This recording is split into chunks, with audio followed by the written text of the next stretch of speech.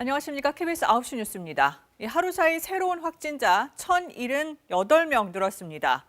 지난 일요일 처음 1,000명대를 기록한 뒤에 800명대로 내려왔다가 오늘 역대 최다 확진자가 나온 겁니다. 사망자도 이틀 연속 두 자릿수이고 위중증 환자도 계속 크게 늘고 있습니다. 수도권에 임시 선별검사소를 만들어서 숨은 감염자를 먼저 찾아내는 데 집중하고 있죠. 이 영향도 있고 요양병원과 종교시설 등을 중심으로 대규모 집단 감염이 잇따르고 있기 때문입니다. 당분간 이렇게 1,000명 안팎 수준을 이어갈 걸로 보입니다.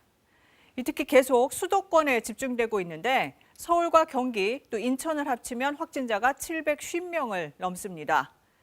지난주 하루 평균 확진자는 833명인데 이건 거리두기 최고 수준인 3단계에 해당하는 수치입니다. 다른 지표들도 나빠지고 있어서 정부는 3단계 격상에 대한 검토에 들어갔습니다. 첫 소식 공민경 기자입니다. 서울 용산구의 한 건설 현장입니다. 지난주 토요일 건설 노동자가 처음 확진된 뒤 동료들과 가족, 지인까지 모두 70명이 감염됐습니다. 함께 식사를 해 감염 위험이 높았고 근무 중 방역 수칙을 잘 지켰는지는 확인이 어려운 상황입니다. 사무실 리모델링 공사 현장으로 근무자들이 작업 시 마스크를 착용하였다고는 하나 CCTV가 없어 확인되지 않았으며 이처럼 수도권의 거센 확산세가 좀처럼 꺾이지 않으며 국내 발생 환자 수를 견인했습니다.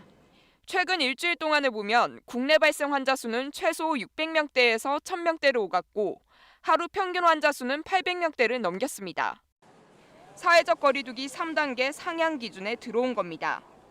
단계 격상을 결정할 때 핵심 지표인 환자 수 기준 외에 가장 중요하게 참고하겠다던 보조 지표는 중증 환자 병상 수용 능력인데 이마저도 심각한 상태입니다. 즉시 사용 가능한 중증 환자 병상은 지난주 토요일 62개에서 40개까지 줄어들었습니다. 특히 확진자가 집중된 수도권엔 3개만 남았습니다. 감염에 취약한 60대 이상 고령 확진자 비율도 최근 일주일 동안 30%를 넘겼습니다. 정부가 거리두기 3단계 상향 검토에 착수한 이유입니다.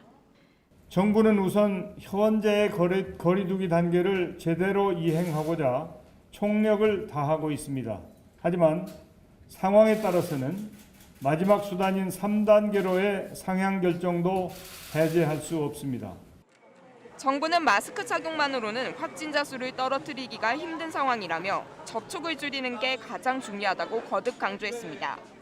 이와 함께 3단계 조치가 경제와 민생에 미치는 파급 효과를 고려해 분야별 지원 대책도 미리 마련해야 한다고 덧붙였습니다. KBS 뉴스 공민경입니다.